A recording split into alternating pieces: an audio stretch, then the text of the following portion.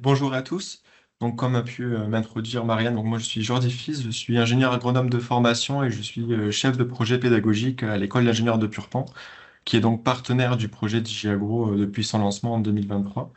Donc, l'école d'ingénieurs de Purpan, elle a contribué au projet dans le cadre de la conception des formations et du jeu sérieux qui a été évoqué au cours de la vidéo.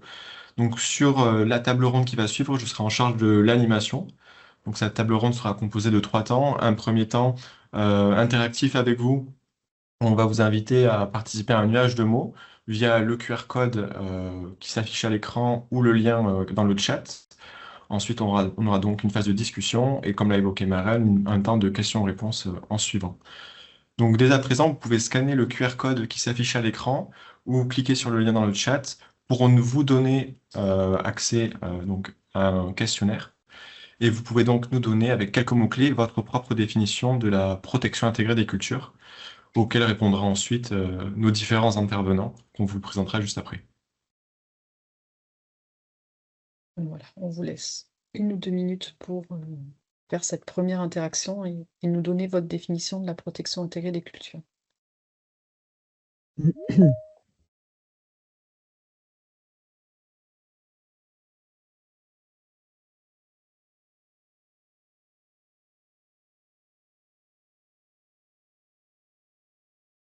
J'en profite également aussi pour indiquer à Marie-Hélène et Pierre que s'ils le souhaitent, ils peuvent allumer leur caméra. Euh, eh ben, elle a allumé la mienne. Ouais, parfait.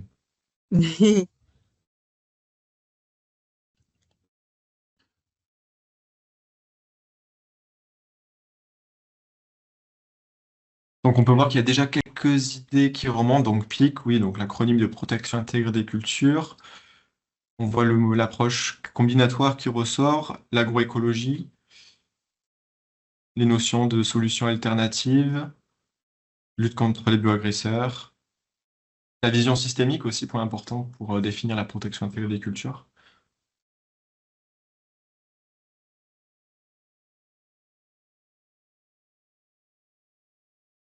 L'IPM, oui, donc qui est l'équivalent anglais de la protection intégrée des cultures.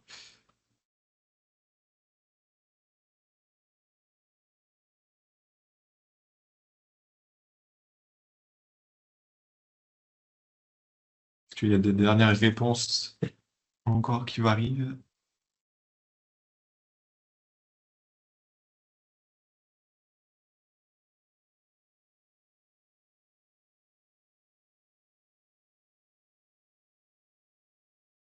De ce qu'on peut dire, en tout cas avec les mots qui apparaissent à l'écran, c'est que, en effet, la PIC, c'est un des leviers pour permettre la transition agroécologique et qu'elle regroupe un pool important de différentes méthodes.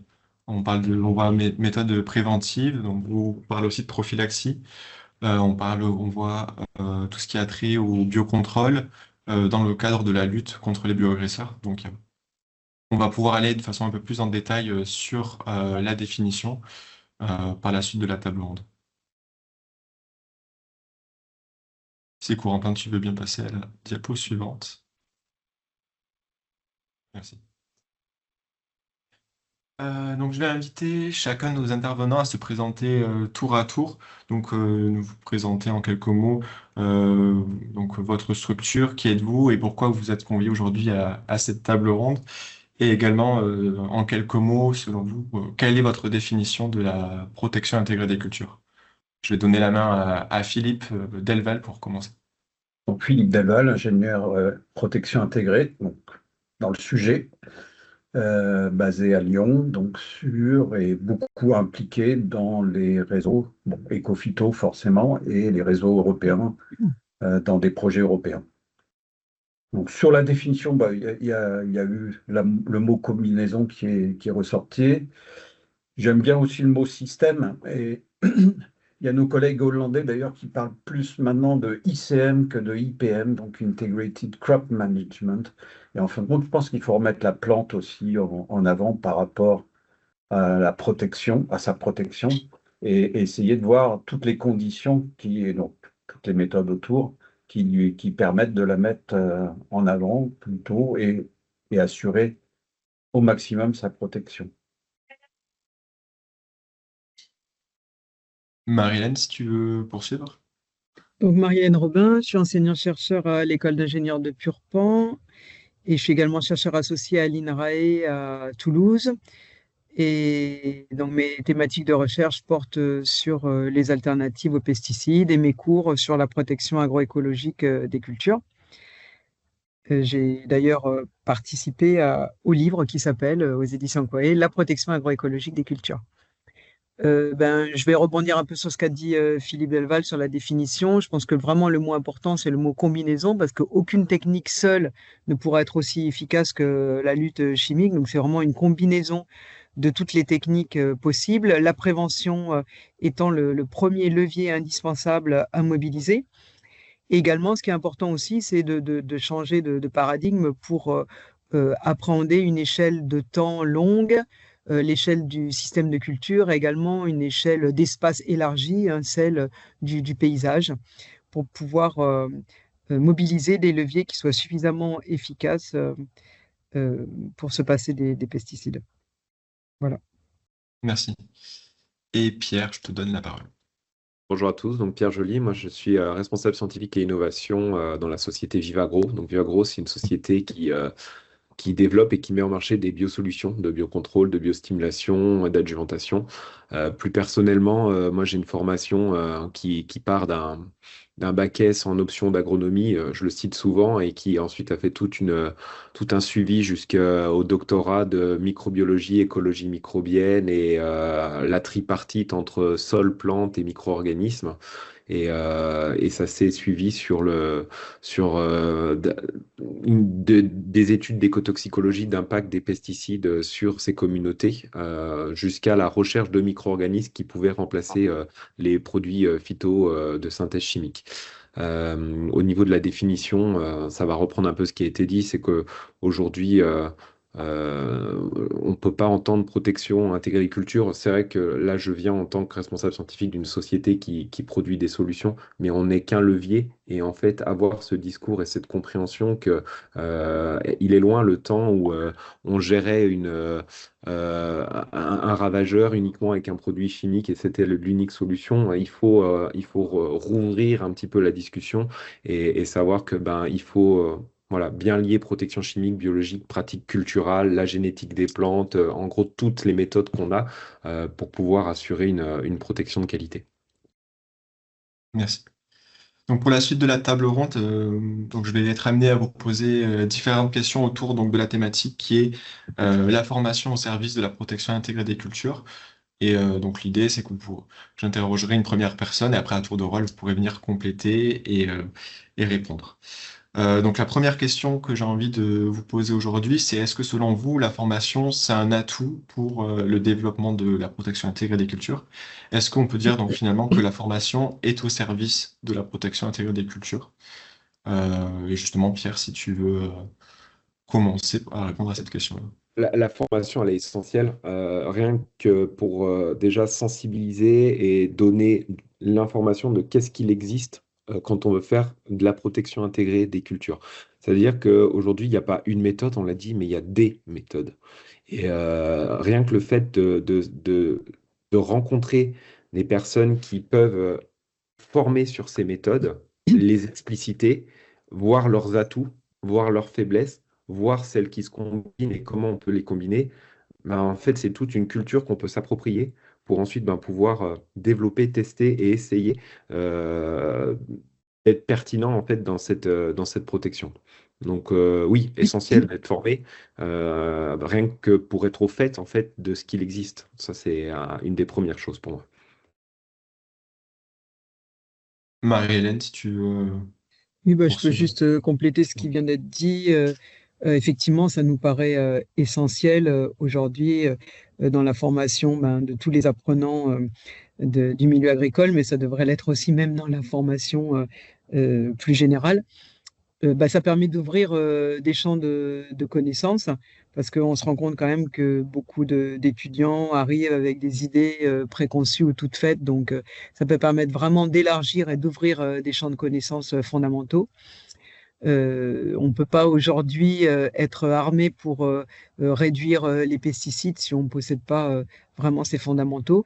Et puis également pour découvrir des innovations, puisque la formation, elle est là aussi pour apporter toutes ces innovations qui aujourd'hui vont permettre de pouvoir limiter cet usage. Donc ça me paraît vraiment incontournable que la formation soit au service de la protection intégrée agroécologique des cultures. Ouais.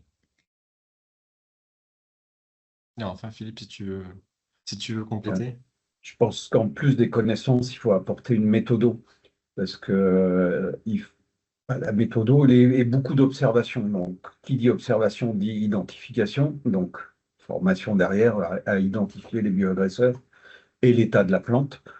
Et puis ensuite, une méthodo, parce qu'il faut des règles de décision, il faut aussi se poser les questions à chaque moment du cycle de la culture, si, pour ses besoins, pour sa protection, tout au long de son cycle, y compris pour les cultures annuelles en interculture ou pour les cultures pérennes pendant la période de repos végétatif. Donc, en plus des, j'insiste beaucoup sur le fait qu'en plus des connaissances, la méthodo est vraiment importante, beaucoup plus que avec les phytos où on avait un problème et on avait une solution derrière pour cartonner, quoi.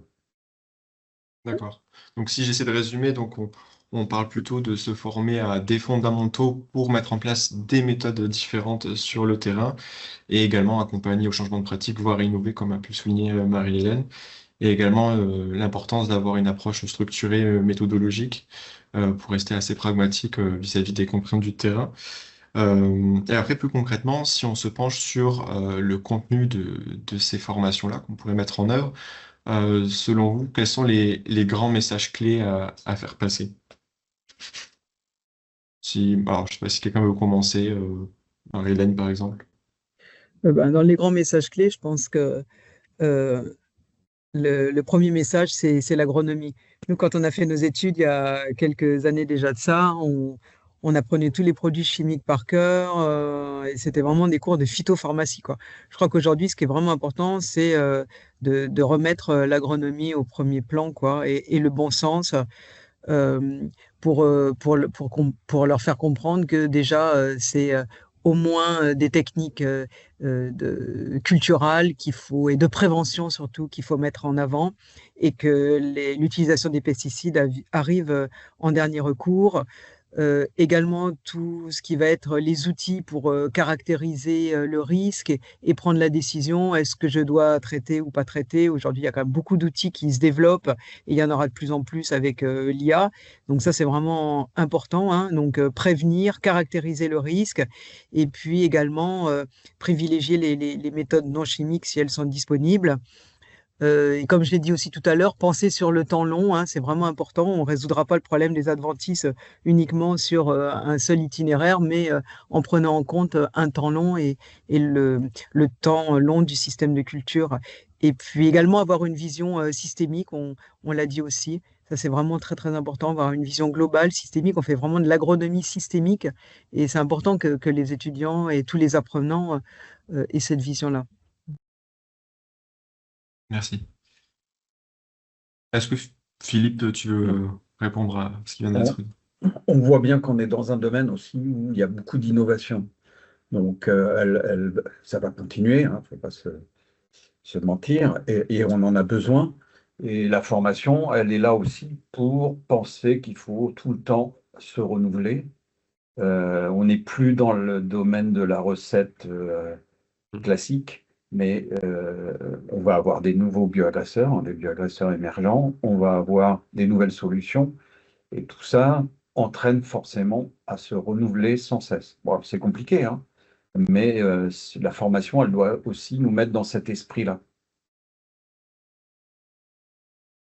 Ouais, je rebondis sur ces deux retours. En effet, aujourd'hui, on ne peut pas apprendre un workbook par cœur et l'appliquer. On se doit, dans le contexte actuel, d'essayer, parfois de se tromper, mais surtout d'évoluer en fait en fonction des retours et des résultats. Les professionnels de terrain ont chaque année une nouvelle expérience qui va leur arriver sur leur culture, sur leur pratique, sur aussi, bah là on parle des ravageurs, mais qui peuvent être aussi fortement liés à la climato qu'on ne peut pas gérer.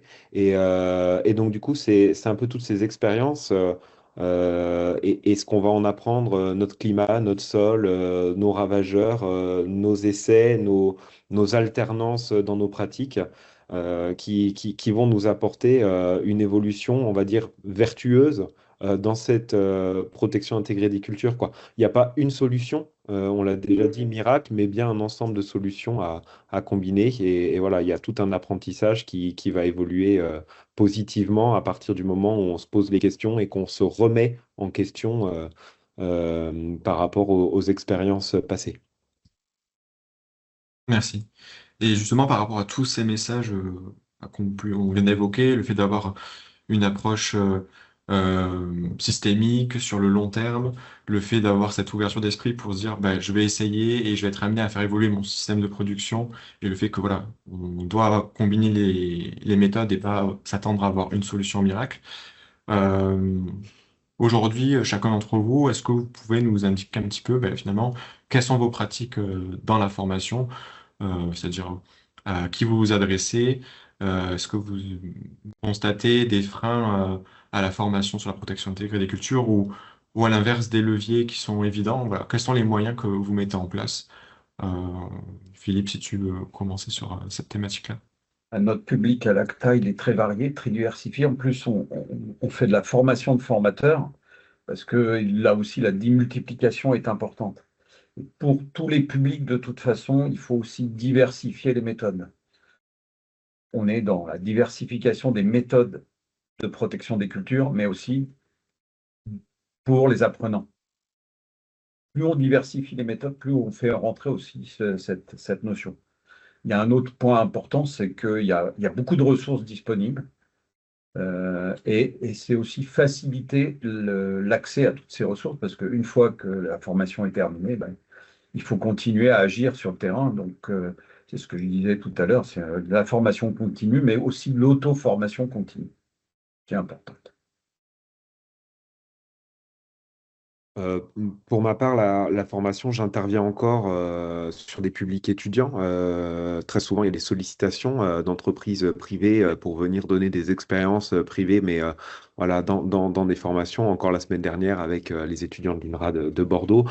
Sinon, bah, je rencontre, on va dire, étant responsable scientifique dans une société, il y a déjà une formation qui se fait auprès des gens avec qui je suis le plus proche, à savoir nos propres personnes sur le terrain pour expliquer ce qu'on fait, qu'est-ce qu'on développe et où on veut aller, mais également aller rencontrer les clients et les distributeurs avec l'objectif, bah, c'est de rendre accessible quand on fait des développements scientifiques et techniques, bah, c'est garder une pertinence, savoir les vulgariser et expliquer. Aujourd'hui, faire de la protection intégrée des cultures en mettant des méthodes biologiques en place, on l'a déjà dit, c'est pas comme mettre une méthode chimique, modèle clé-serrure, un ravageur, une molécule et basta, mais c'est aussi comprendre quels sont les timings d'application, est-ce que c'est vivant, non vivant, comment je dois mettre en place mes solutions pour qu'elles puissent vraiment s'exprimer.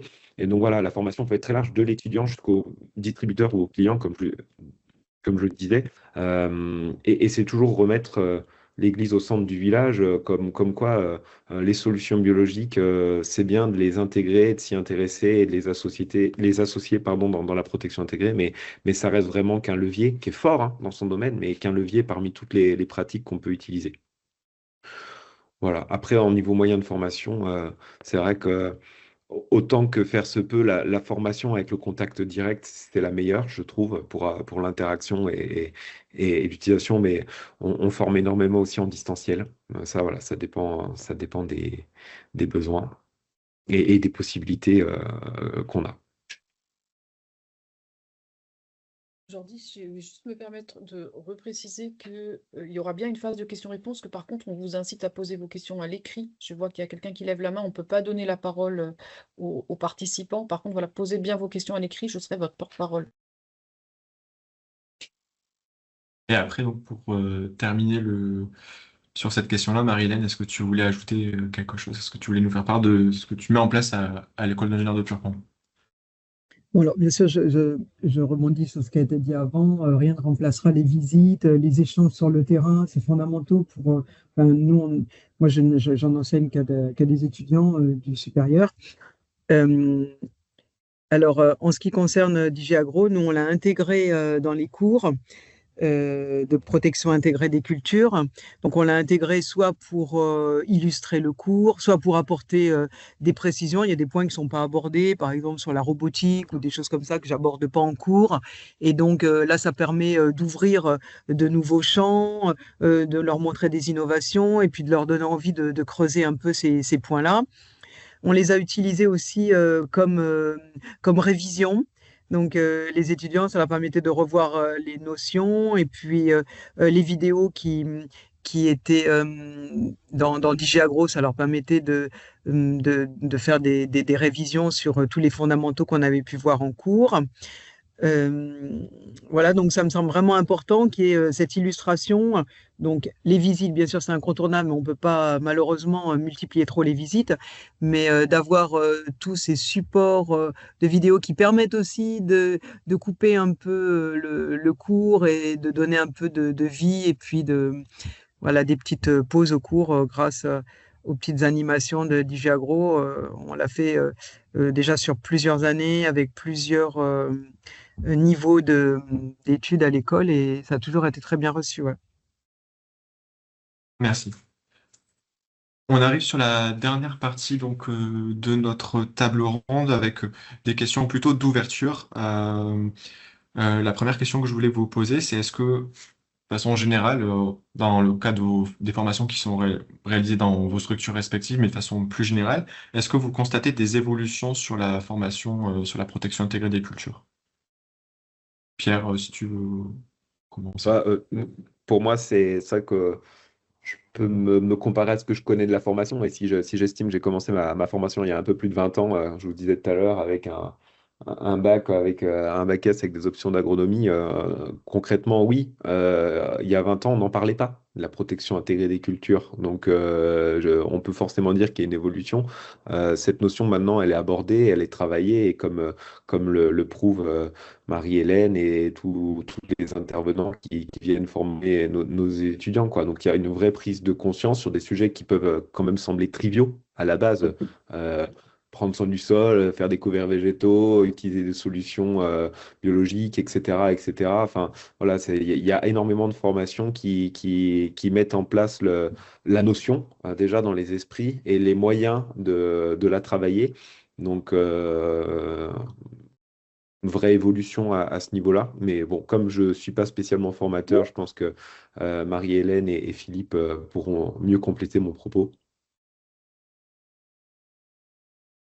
Ben oui, moi ce que je peux dire, c'est qu'effectivement, par rapport à nous, la formation qu'on a eue, ça n'a rien à voir. Moi, j'avais un cours de défense des cultures hein, à l'époque, ça s'appelait comme ça dans l'école d'ingénieur, avec des cours de phytopharmacie. On apprenait l'index phyto par cœur. Et moi, je crois que je m'en souviens encore aujourd'hui de l'index phyto. Euh, Aujourd'hui, les étudiants ont fait un cours. Moi, mon cours, ça s'appelle un cours de protection agroécologique des cultures, donc où j'aborde la lutte chimique en dernier recours quand on a épuisé la prévention, les méthodes alternatives, qu'on a bien caractérisé le risque. Et en dernier recours, on va, euh, on va utiliser des pesticides et encore ceux qui ont le moins d'impact sur la santé et l'environnement, parce que ça aussi, c'est très important. Il y a toute une partie du cours sur les effets secondaires des pesticides. Et tout ça, moi, à l'époque, dans mon école d'ingénieur, c'était pas du tout abordé. Donc, il y a une évolution incroyable, non seulement sur remettre l'agronomie sur un premier plan, prendre en compte les solutions alternatives et prendre en compte les risques aussi liés à l'utilisation des pesticides et comment on peut essayer de limiter leur usage. Je trouve que vraiment, il y a une évolution très, très positive de la prise en compte de la protection des cultures à une échelle de temps large et aussi l'espace. Aujourd'hui, on parle beaucoup de biodiversité avec les étudiants, la notion de paysage, etc. Et vraiment, c'est un point très, très positif. On peut que s'en réjouir. Ouais. Philippe, est-ce que tu veux compléter sur ce point? Les métiers ont évolué. Ceux qui ont une longue carrière se sont aperçus que tout au long de leur carrière, le métier qu'ils font maintenant n'est plus le même que celui d'il y a 20, 30, 40 ans. Et la formation, forcément, s'adapte à cette évolution, ou c'est les métiers qui s'adaptent aussi à la formation. Enfin, c'est un- une boucle qui est obligatoire pour que derrière, on s'adapte aux conditions futures. On parlait aussi du climat. Bon, ça va être un des enjeux importants et il fait partie aussi de la protection intégrée.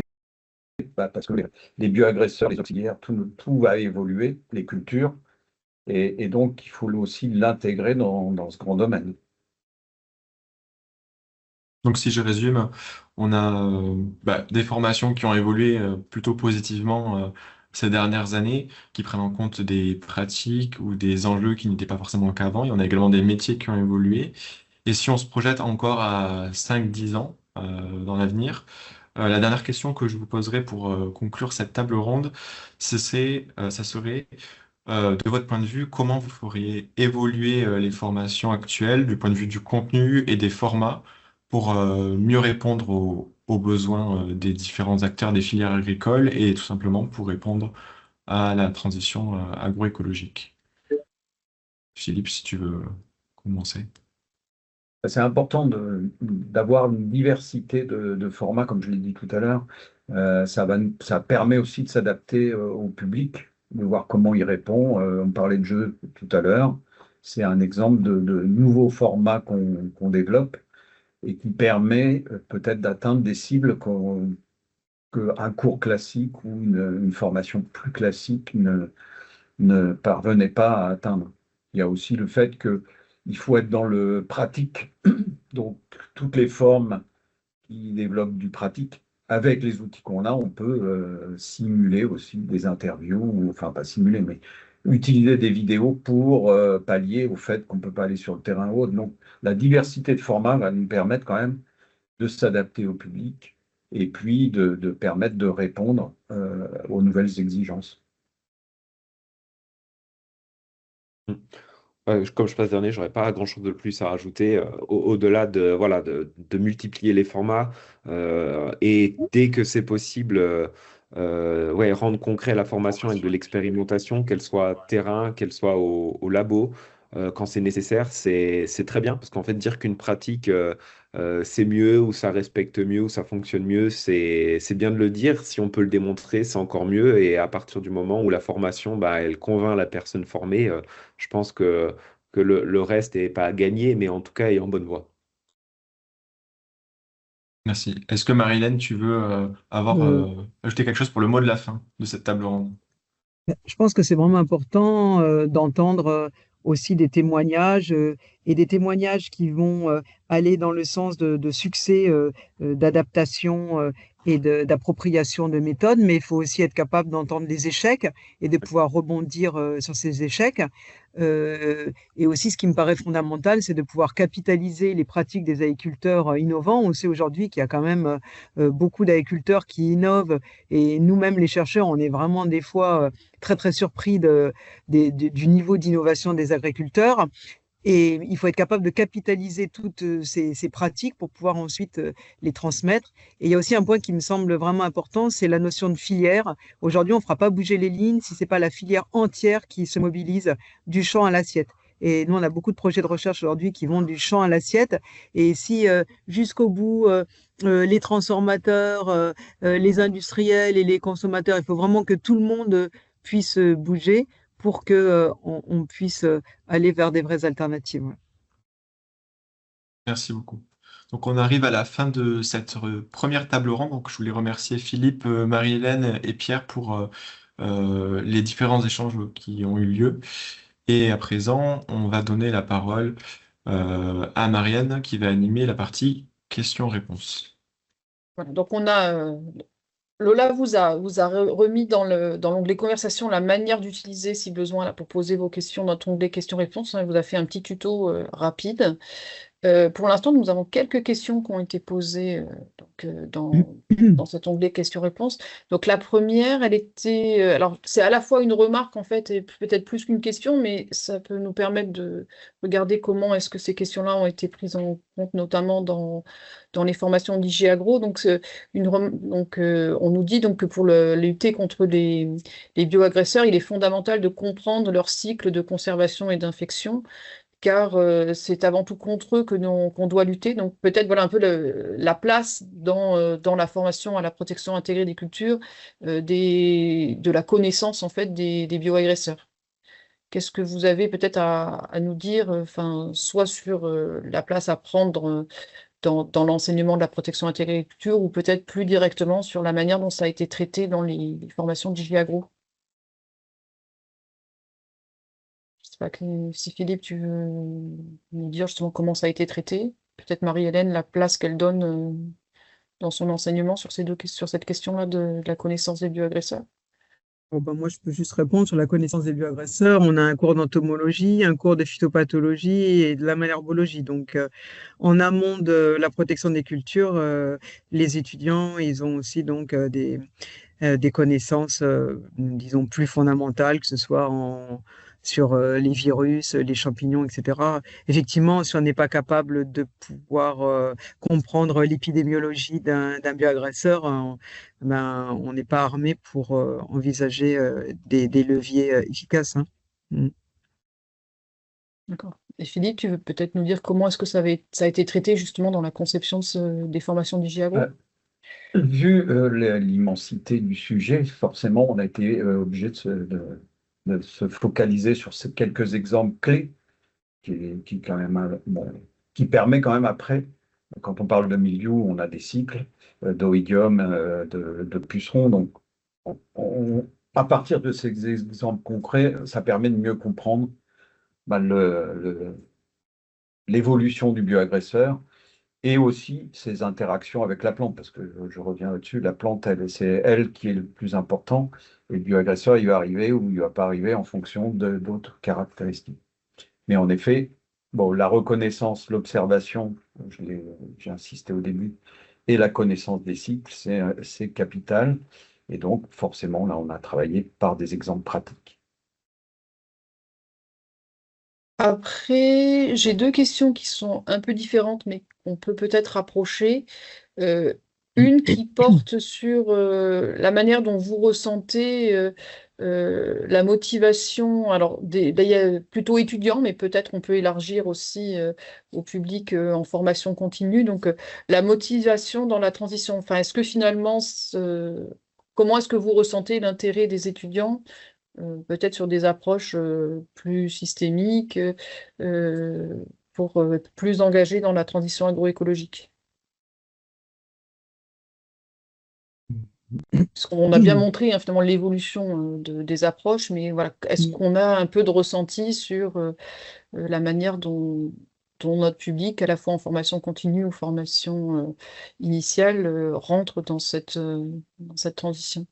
Moi, d'un point de vue un peu plus extérieur, quand je forme les étudiants, je trouve qu'ils ils ont j'interviens toujours dans des formations qui sont assez diverses sur cette thématique et comme on n'est plus sur les anciens cours, en effet, très centrés et pas ouverts, le fait de voir qu'on est dans un monde en fait où toute formation ou tout nouveau contenu de formation s'imbrique avec un autre, j'ai eu des grandes discussions où on voyait que l'intérêt était quand même très ouvert. Voir par exemple, si je prends mon domaine très particulier des biosolutions, mais l'ouvrir justement aux contraintes qui peuvent être économiques, qui peuvent être réglementaires, ça peut paraître un peu fou, mais d'aller chercher un petit peu ces formations un peu plus larges et montrer qu'un professionnel de demain et un agriculteur, si on prend cet exemple-là, c'est pas l'image qu'on peut nous donner ou en voir, mais montrer qu'on arrive vraiment sur des formations professionnalisantes qui sont très riches et très variées.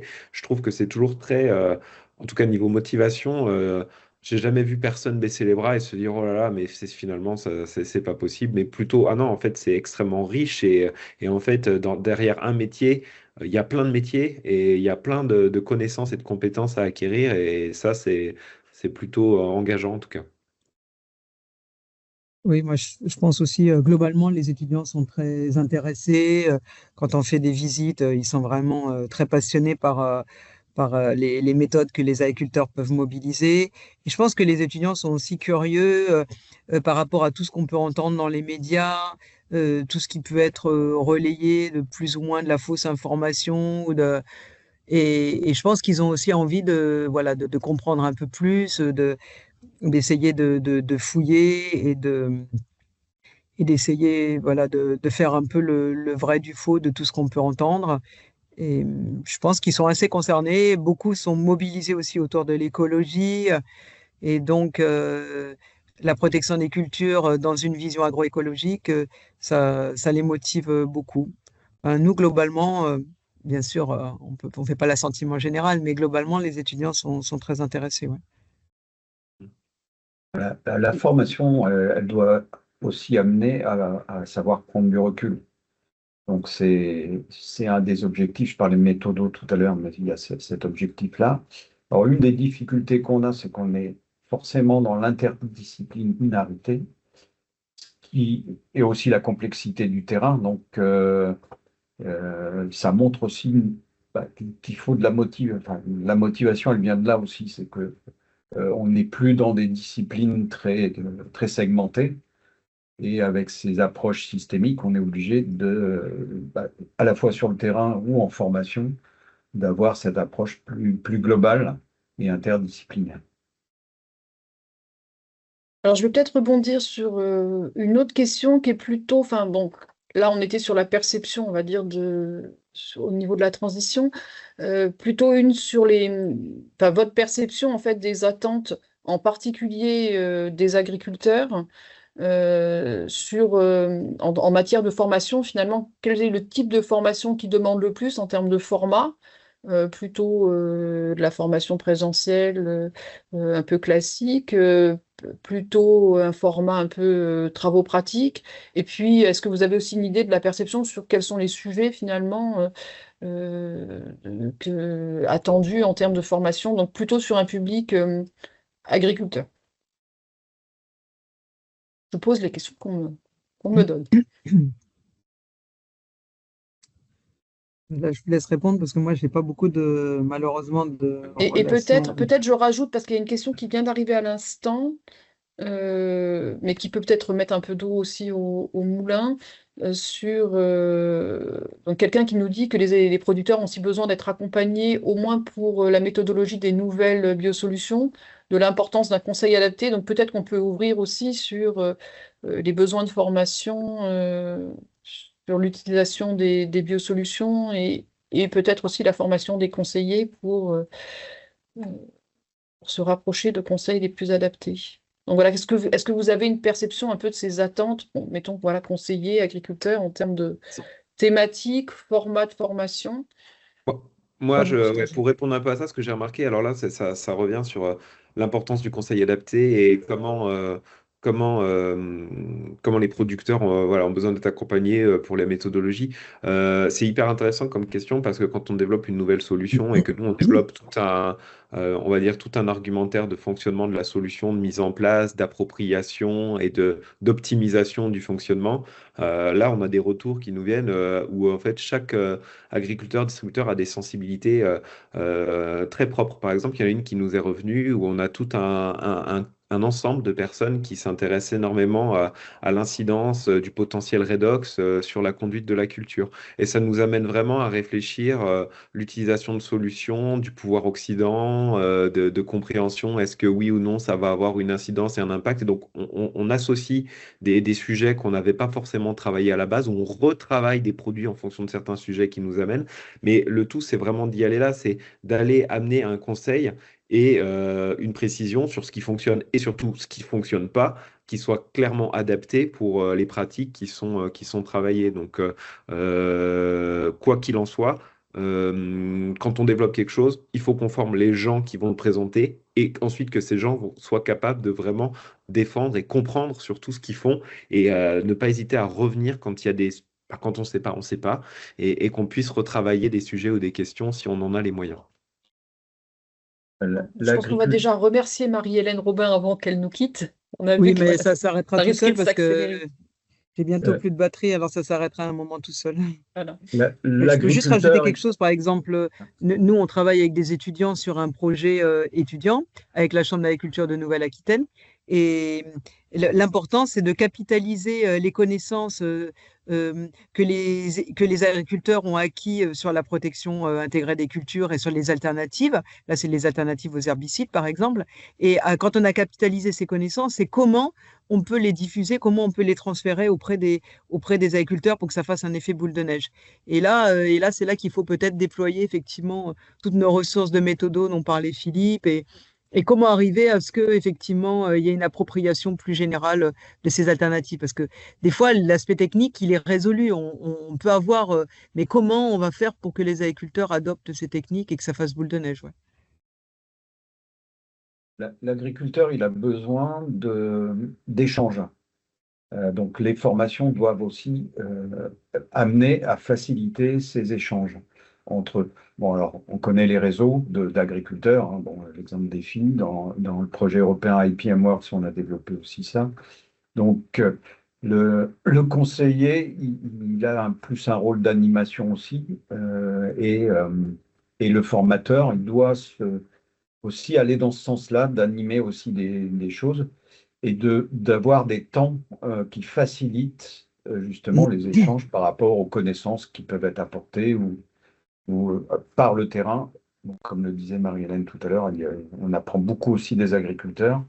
Et donc, ils aiment bien aussi apprendre entre eux, mais il faut un animateur ou un formateur qui soit prêt à ça. Parfait. Alors, j'ai une dernière question qui a été posée, qui va nous faire sortir un tout petit peu de notre sphère agricole.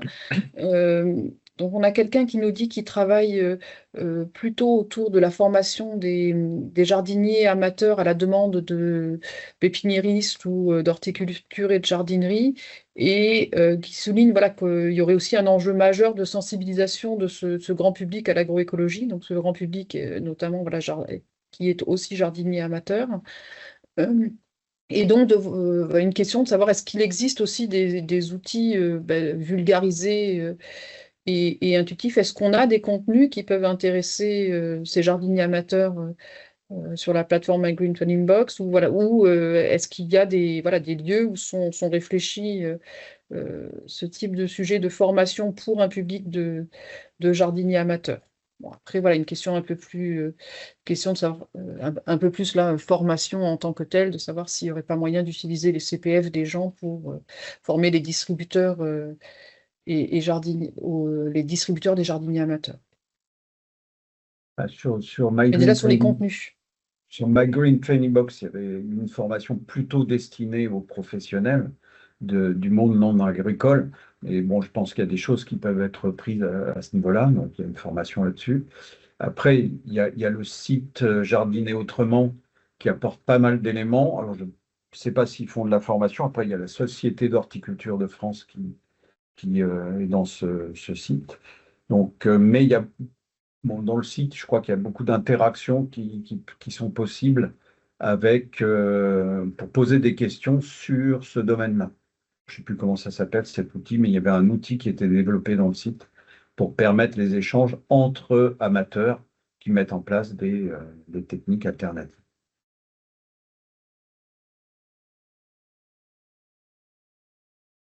Bonjour tout le monde, donc je suis Abdelkader Rebahi, chargé de développement numérique à l'AgriCampus 66. Alors, donc là, je suis sur la page d'accueil, enfin pas la page d'accueil, mais la page de connexion du site My Green Training Box, à savoir que cette plateforme existe aussi sous format d'application, utilisable sur portable ou sur tablette, donc qui est assez pratique, on le verra par la suite. Donc la plateforme pédagogique My Green Training Box, je tiens à préciser qu'elle est aussi éco-conçue. Donc, elle propose bien sûr des formations numériques, mais c'est important quand même de préciser cette éco-conception de ce site. Ça permet justement de développer et de mettre en ligne des formations avec un souci de sobriété et de responsabilité, surtout qu'aujourd'hui on parle de plus en plus de déchets numériques. Donc, il est important de préciser ce petit point. Donc, pour se connecter, rien de plus simple, Il vous suffit soit de créer un compte si vous n'en avez pas, c'est entièrement gratuit, soit directement de mettre vos identifiants. Donc là, je me connecte. J'arrive sur la page d'accueil. Donc, on a des onglets là-haut. On fera un petit tour assez rapide sur chacun de ces onglets-là. Et vous avez sur votre droite votre profil. Donc, pour trouver, là, on va parler spécifiquement des formations DigiAgro. Il suffit d'aller sur l'onglet Explorer. À partir de là, vous avez un certain nombre de thématiques. Alors, si vous voulez avoir accès à l'entièreté des formations DigiAgro, il vous suffit de cliquer sur la thématique DigiAgro. À savoir que ces formations-là, on les retrouve aussi sur d'autres thématiques. Donc là, vous avez l'ensemble des formations DigiAgro dans les différentes filières, dans les différentes thématiques aussi. Donc à chaque fois, vous avez à peu près entre 10 et 12 modules de formation. Donc je vais en prendre un sur la viticulture et les infrastructures agroécologiques et lutte par conservation. Donc une fois que je rentre dans la formation, je peux soit lancer directement la formation, donc là je verrai l'entièreté des différents modules, ou bien sélectionner les modules qui m'intéressent et puis les suivre. Donc là je vais prendre par exemple le premier module. Vous l'avez sous format vidéo, sous format texte et aussi sous format podcast. Donc il vous est possible d'utiliser ces formations sous ces trois formats. Donc là, je ne vous ai pas mis le son, mais bien sûr, chacun des modules a le son. Et vous avez tout le déroulé de la formation. Donc là, je ne vais pas vous mettre l'entièreté du module. Je reviens sur la page de la formation en viticulture. Alors, ce qu'il faut savoir aussi, c'est que vous avez la liste des experts qui ont participé à la création de ces modules. Vous avez aussi un guide pédagogique qui est à l'attention des formateurs et des enseignants, donc pour savoir comment utiliser ces formations-là, comment pouvoir les appliquer dans votre parcours de formation. Donc vous avez plusieurs conseils, différentes manières d'utiliser ces formations dans votre parcours pédagogique. Chose importante aussi, une fois que vous avez suivi l'entièreté des modules d'une formation, il vous est possible de faire une évaluation. Donc pour ensuite vous délivrer un certificat. Donc il faut avoir 80% de bonnes réponses pour avoir le certificat. Ce certificat, vous le retrouverez dans votre profil et il prendra cette forme-là. Voilà. Donc là, par exemple, la personne qui a suivi la formation a eu 80% de bonnes réponses, donc le certificat lui a été délivré. Autre chose importante, n'oubliez pas de nous laisser votre avis. Ça nous permet bien sûr d'améliorer les contenus, voire dans l'avenir aussi d'améliorer peut-être l'accessibilité des formations ou tous les points qui peuvent vous sembler agréables ou pas. Donc n'hésitez pas à nous laisser votre avis. Donc là, on a fait la petite partie exploration. On va passer sur l'onglet librairie. Librairie, ça va vous permettre de créer votre playlist, un peu comme YouTube pour ceux qui utilisent cette plateforme. Donc, si vous avez vraiment un parcours pédagogique spécifique et que vous souhaitez certaines vidéos qui sont vraiment spécifiques à votre parcours de formation, vous pouvez créer votre playlist. Donc, vous lui donnez un nom, tout simplement. Donc là, j'ai mis test. Donc, j'ai créé ma playlist. Je retourne sur Explorer. Là, je vais aller chercher les vidéos qui m'intéressent. Donc, admettons, voilà, j'ai une vidéo qui m'intéresse sur la combinaison des techniques et mise en place des systèmes de culture innovants, plus particulièrement sur, par exemple, la période non végétative. Il me suffit de cliquer sur Ajouter. Je choisis la playlist. Là, je choisis la test, celle que je viens de créer, et je clique sur Ajouter. Donc là, ce module a été ajouté. Je rajoute une deuxième, pour l'exemple. Hop, je choisis la même playlist, j'ajoute.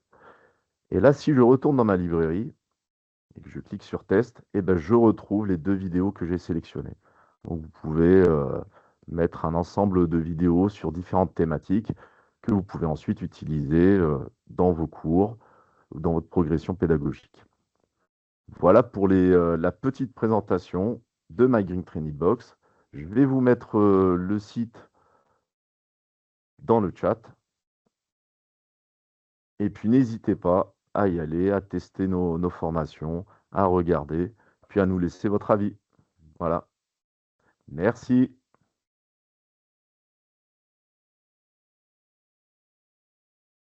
Bonjour, Laurent Dedieu. Donc, je suis un des cofondateurs et directeur du développement chez My Training Box.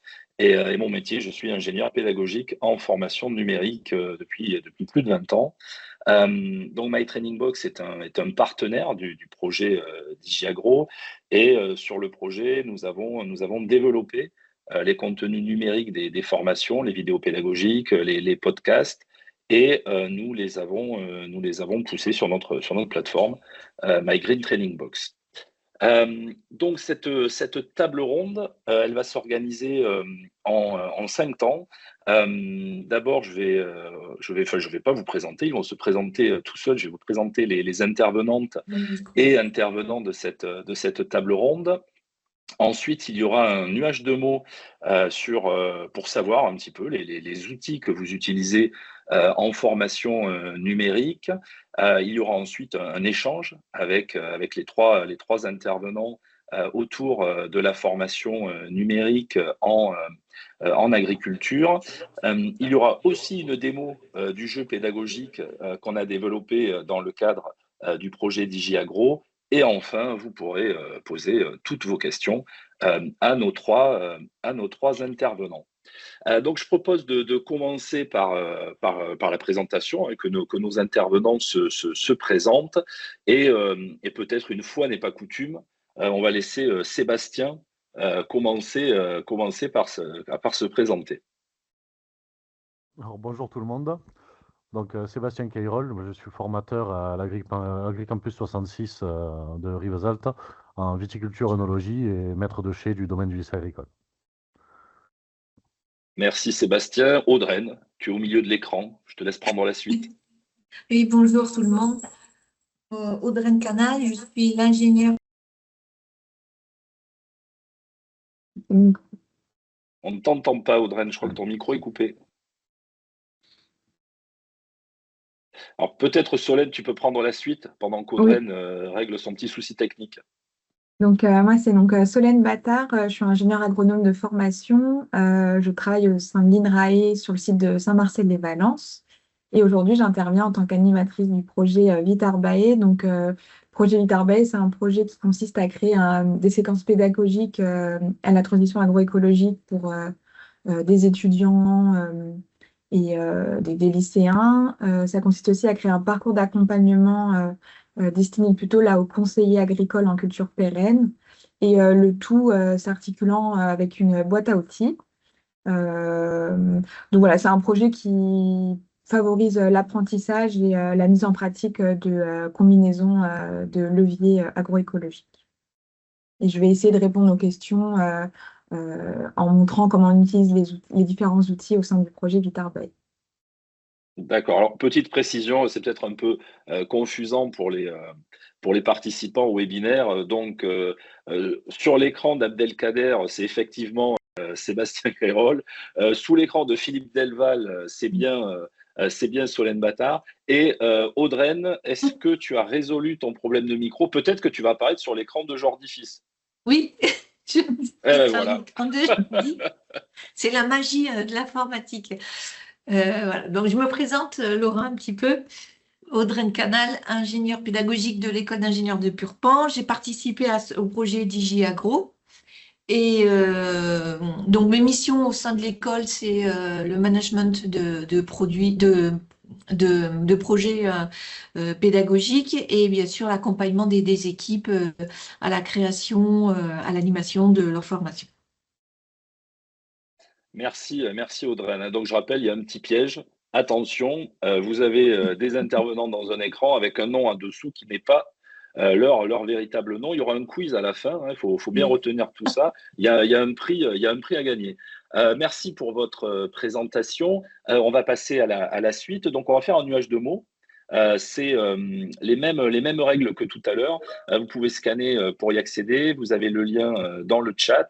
Et l'objectif, c'est de connaître les outils numériques que vous utilisez en formation. Toutes les réponses sont bonnes, même si vous utilisez un vidéoprojecteur, c'est un outil numérique. Allez, c'est à vous de jouer.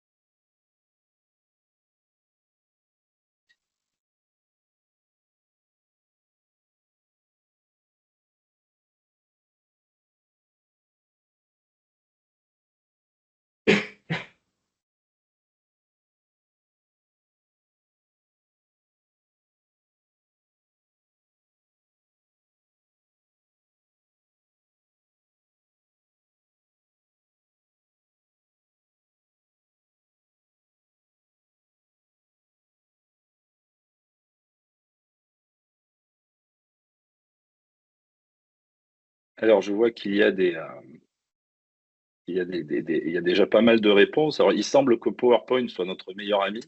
Alors, s'il y a s'il y a s'il y a des ingénieurs pédagogiques de l'époque, comme. Alors, je ne vais pas t'inclure, Audrey, hein, comme moi.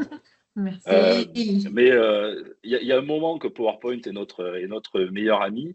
Et donc, il y en a beaucoup qui apparaissent à l'écran. Et ça va permettre de poser cette première question à nos intervenants. Donc, le projet DigiAgro, ça visait à développer des outils de formation numérique au service de l'agriculture durable. Donc, quand on parle d'outils de formation numérique, on en voit plusieurs à l'écran. Alors, Audrey, peut-être tu peux commencer. On parle de quels outils et rebondir peut-être par rapport à cette liste d'outils qu'on a à l'écran. Oui, Laurent, en fait, dans ces outils numériques aujourd'hui, ils offrent une palette en fait d'outils d'animation de nos formations, hein, et de production de ressources qui sont intéressantes. Donc, hormis PowerPoint, bien sûr. Dans le cadre du digital learning, tout ce qui est en fait micro-learning et capsule vidéo, c'est aussi des outils qui sont des outils intéressants en termes d'animation. C'est le cas du dispositif DigiAgro qui propose des outils comme ça, hein, des petites vidéos, donc petites, pourquoi petites? Parce que c'est moins de 3 minutes, et puis c'est d'une qualité supérieure dans la mesure où on a utilisé du motion design, ce qui est particulièrement en fait intéressant quand on doit former sur des notions assez complexes. Donc ça, le micro-learning, c'est déjà en fait un outil numérique intéressant. Je vois que sur le nuage du mot, il n'y a pas vidéo, il n'y a pas de jeu. Et notre projet DigiAgro a proposé un jeu. Donc la ludopédagogie digitale, c'est aussi un outil intéressant, un outil assez puissant. Et enfin, troisième élément que je citerai pour compléter en fait tout ce qu'on voit là, c'est en fait les outils de la XR, de la réalité tendue, c'est-à-dire la réalité virtuelle, la réalité mixte ou la réalité augmentée. Et aujourd'hui, des projets comme Revivre, qui a utilisé la réalité virtuelle, permettent de former à des gestes métiers dans le domaine de l'agriculture, hein. Là, précisément, et en l'occurrence, c'est la formation aux gestes de taille. Puis d'autres projets comme Botanique Art, Botanique Augmented Reality. Là, l'idée, c'était d'utiliser la réalité augmentée pour former sur la systématique botanique. Donc voilà mes mes remarques par rapport à ce nuage de mots et comment moi je peux le compléter. Et donc, je laisse la parole à Voilà. mes collègues qui vont aussi donner Merci. leur avis. Merci Audreyne. Donc Solène, peut-être de ton côté, avec le projet sur lequel tu travailles avec l'INRAE, donc vous avez cherché beaucoup d'outils qui existent, etc., de solutions. Et tu peux nous donner ton avis sur les outils, quels outils on utilise? Oui, donc pour compléter ce que Audreyne a cité, moi je rajouterais d'autres outils comme des outils d'évaluation multicritères. Ça va être des outils qui vont permettre d'accompagner la prise de décision, de simuler et d'analyser les impacts sur les 3 leviers, donc économiques, environnementaux et social. Donc dedans, on va retrouver les outils du type DEXI. Il y a un outil aussi comme VitelCA, qui est un outil d'évaluation multicritère qui est associé aussi à un jeu sérieux, au jeu VitiGame. Donc j'inclus aussi, moi, dans les outils numériques, ça peut être des outils, enfin, ça peut être des jeux sérieux, donc qui va permettre de sensibiliser, de former et de simuler aussi des combinaisons de leviers. Donc, on peut avoir des outils numériques enfin, des jeux sérieux numériques comme les Protège ta parcelle, le jeu APM Games qui va être disponible aussi en ligne, le jeu RBA sur la gestion des bioagresseurs. Il en existe beaucoup. On a une ludothèque justement qui existe avec la plateforme Gamae qui permet de centraliser tous les jeux sérieux sur les thématiques de l'agriculture durable. Ce qu'on peut retrouver aussi comme type d'outils, ça va être des outils numériques, des plateformes de connaissances numériques qui permettent de centraliser les ressources, centraliser les ressources, les connaissances, les retours d'expérience. Donc, on va retrouver Ecofitopic, Magnet Training Box, RBA, voilà. Il y a aussi des plateformes numériques sur l'accompagnement de projets agricoles comme l'outil Stratenco en ligne. Voilà, il en existe beaucoup et donc nous, dans le cadre du projet Vitarbae, l'objectif, c'est de centraliser ces outils et de les articuler dans le cadre d'un parcours d'accompagnement à destination des conseillers agricoles. Merci Solène. Et si vous voulez en savoir plus d'ailleurs sur le projet Vitarbae, on pourra partager dans le chat l'email de Solène, si elle en est d'accord. Et vous pourrez lui poser des questions sur le projet. Et c'est vrai que dans ce nuage de mots, ce qui est intéressant, c'est qu'on voit pas mal d'outils numériques, mais qui peuvent être utilisés. On en parlera d'ailleurs un petit peu plus tard avec Audreyne, sur différentes modalités. Hein. On voit des outils comme Kahoot, comme Ooclap, comme Bicast, par exemple, qui peuvent servir effectivement à distance, mais aussi en présentiel pour animer des groupes d'apprenants et c'est toujours intéressant. Alors, si on peut passer en mode peut-être présentation avec les 3 intervenants de cette table ronde, merci pour votre participation donc à ce nuage de mots. Alors, je vais me tourner virtuellement, hein, je vais me tourner vers Sébastien. Sébastien, comment ces outils numériques, donc, aujourd'hui, ils sont utilisés dans l'éducation agricole pour favoriser l'apprentissage et le développement des connaissances? Alors moi, ces outils, on les utilise beaucoup en formation. On les utilise en classe via des analyses de cas ou des quiz interactifs. On peut les utiliser sur le terrain aussi avec les relevés GPS, l'utilisation de capteurs et le suivi des parcelles.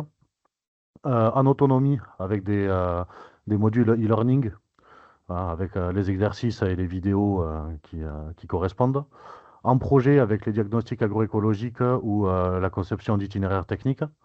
Et pour les évaluations avec des quiz qui nous permettent après le suivi des progressions.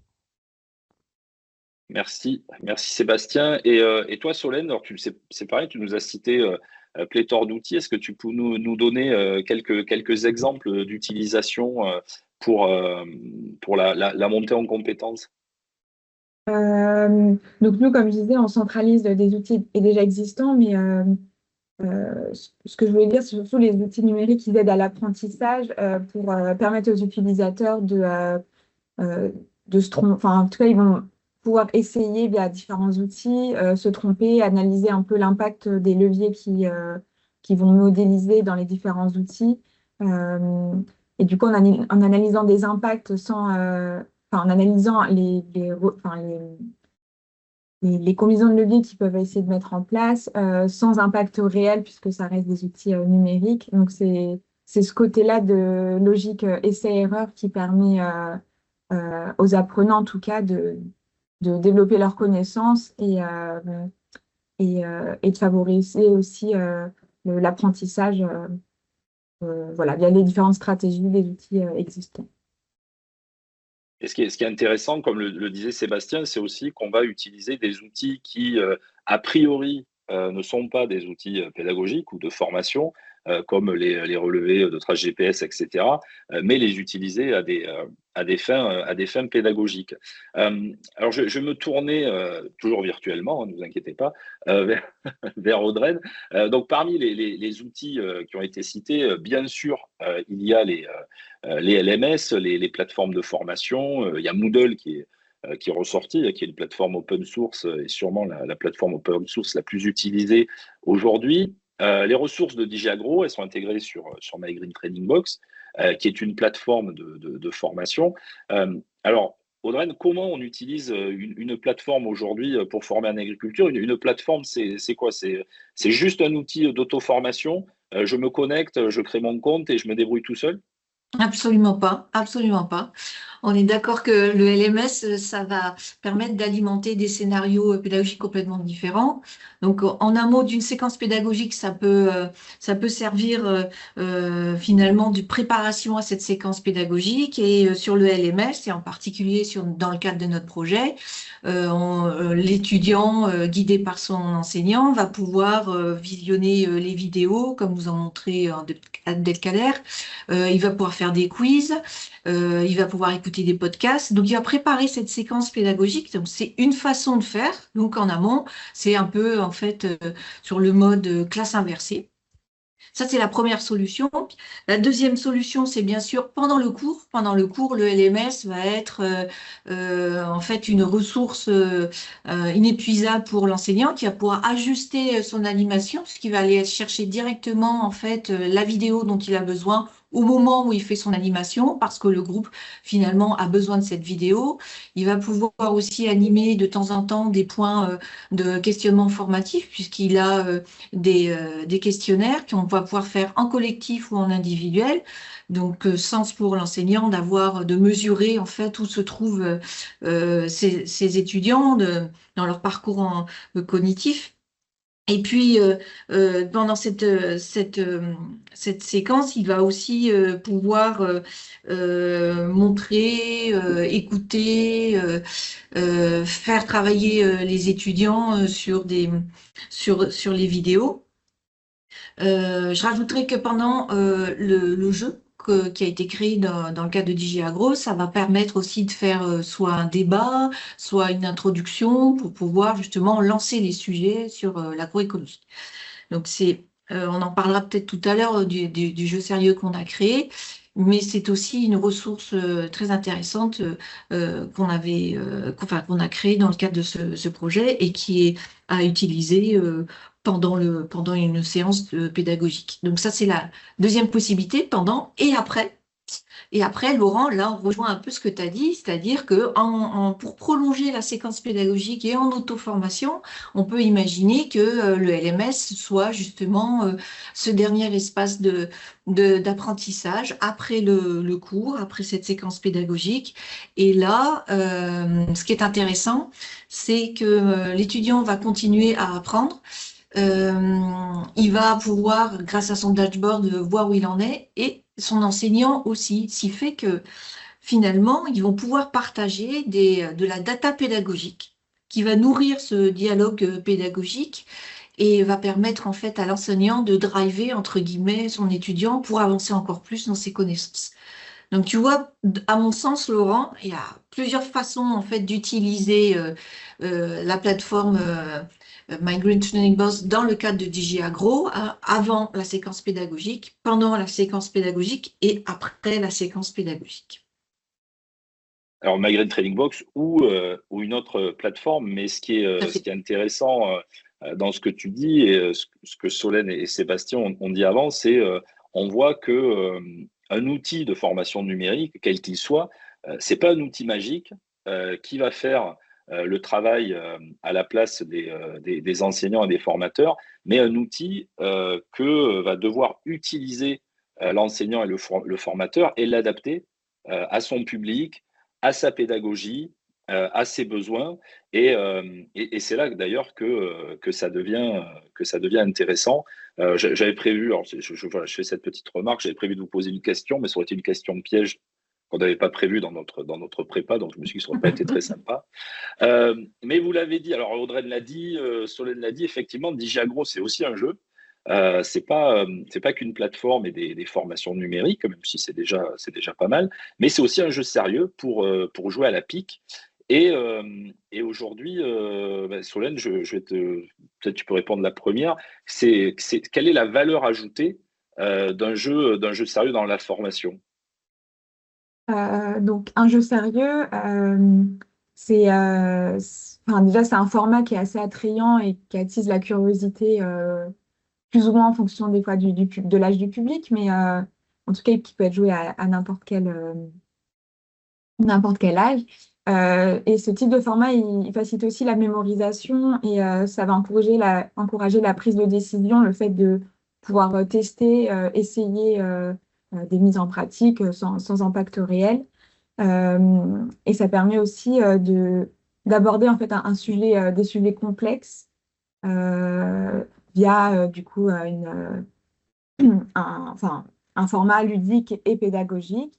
Le jeu, il peut aussi s'appuyer sur des études de cas concrets, donc ça va permettre, en tout cas à l'utilisateur ou au joueur, de se projeter sur une simulation un peu en situation réelle. Et ce qui est intéressant, par exemple, dans le jeu DigiAgro qui a été développé et qui va être présenté ensuite, le jeu peut aussi s'adapter aussi en fonction du niveau de connaissance de l'utilisateur.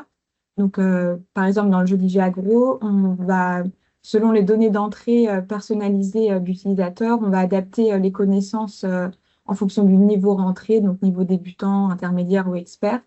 Et donc, ça va permettre derrière de développer des connaissances et de progresser en fonction du niveau de départ d'utilisateur. Donc, c'est vraiment des formats intéressants, ludiques et stimulants. Merci. Et alors, Sébastien, on imagine que dans un lycée agricole, les élèves, futurs agriculteurs ou techniciens agricoles, etc., ils doivent être super friands des jeux. Ça doit être un peu comme nous à l'école quand on nous disait alors on va aller regarder un film. Là, si on leur propose d'aller jouer à un jeu sur la pique ou n'importe quel autre sujet, mais ils doivent être super intéressés, super motivés, non? Ah oui, complètement, oui. Entre les simulateurs de machines agricoles dont on dispose pour conduire du tracteur ou machines à vendanger, j'ai travaillé avec l'école de Purpan sur projet Revivre aussi pour la taille de la vigne et autres. Voilà, c'est l'apprentissage ludique et motivant, on va dire, pour eux. Et comme ça a été dit, il y a le droit à l'erreur sans les conséquences réelles.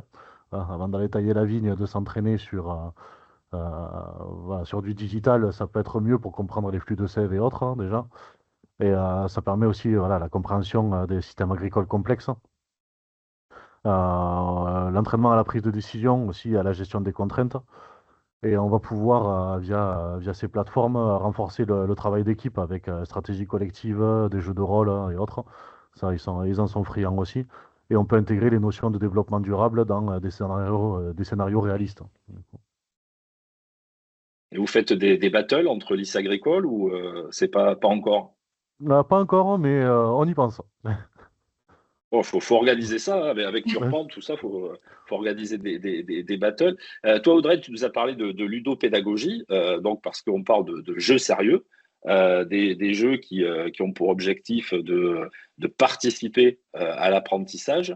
Donc, on parle de quoi quand on parle de ludopédagogie? Et donc, la même question, c'est quoi la valeur ajoutée dans une formation? Mes collègues me l'ont dit, hein, mes collègues et confrères et consoeurs, on a bien en fait la possibilité de faire en fait des situations réelles en virtuel. On a bien le droit à l'erreur aussi, on peut se tromper, c'est pas grave, justement. Finalement, c'est pas plus mal de se tromper, comme ça on peut en discuter, on peut avoir en fait cette discussion, ce dialogue pédagogique autour de cette erreur. Effectivement, Solène et Sébastien l'ont dit, hein, c'est appétant, c'est motivant, etc. Hein. Vis ma vie de conseiller PIC. Alors, dit comme ça fait bizarre, mais en fait, non, oui, c'est intéressant pour l'expérience et puis c'est motivant pour les étudiants. Finalement, on voit que c'est ce type d'outils là de ludopédagogie digitale, il coche pas mal de cases et notamment toujours pareil ce suivi en fait de ce parcours étudiant que l'enseignant peut utiliser pour justement continuer à accompagner l'étudiant dans son parcours de connaissances. Et on voit qu'il y a des liens en fait avec la première table ronde. Hein. On parlait, Audrey, tu parles de droit à l'erreur, tu parles d'accepter l'échec, justement que l'échec a des vertus pédagogiques et effectivement on prend moins de risques. Avant de passer à la démo justement du jeu DigiAgro, j'ai une dernière question, alors plus pour les agros que pour la NGPEDA.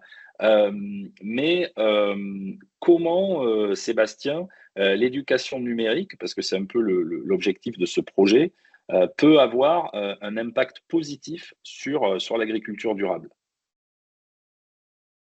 Ben, en fait, avec ça, on va pouvoir avoir une approche visuelle et interactive. Donc, on va avoir une meilleure compréhension des systèmes agricoles. On va pouvoir mettre en situation, grâce aux outils terrain et à la modélisation, et on pourra sensibiliser aux enjeux du développement durable, sur les impacts, sur les données environnementales et sur les différents choix techniques aussi. Et Solène, l'ingé agro de l'INRAE, comment elle voit ça? Donc moi, juste pour compléter, donc on a pu voir donc il existe différentes formes d'outils comme on a pu citer et qui ont été retranscrits aussi dans le chat. Mais voilà, on a pu voir qu'en tout cas, ces outils permettent d'aborder des sujets assez complexes. Ils permettent d'apporter des ressources sur à la fois des principes, de la théorie, des retours d'expérience, des leviers opérationnels, que ce soit des pratiques agricoles, technologiques, mais ils permettent aussi d'offrir un espace pour l'exploration de connaissances et la simulation à travers l'analyse, en tout cas, des différentes dimensions, donc écologique, environnementale, enfin, économique, environnementale et sociale. Et donc le tout le tout à travers des sujets assez complexes. Et nous, en tout cas, dans le cadre du projet Vita Arbae, on utilise ces outils, enfin, on mobilise ces outils dans le but d'accompagner la transition agroécologique, les conseillers agricoles, en proposant justement des articulations de ces outils adaptés au cas par cas et adaptés aussi au contexte local et aux objectifs de durabilité. Donc c'est vraiment l'articulation de ces outils et la projection de ces outils dans des situations réelles qui permettent aux futurs utilisateurs de se projeter et d'avoir envie d'aller utiliser ces outils. D'accord, merci Solène. Alors vous partez pas, hein, tous les trois. Lola va faire une démo du jeu qui a été développé dans le cadre du projet DigiAgro. Et ensuite, on pourra avoir une session de questions-réponses par rapport aux outils pédagogiques dans l'agriculture, par rapport au jeu, par rapport à la gamification, etc.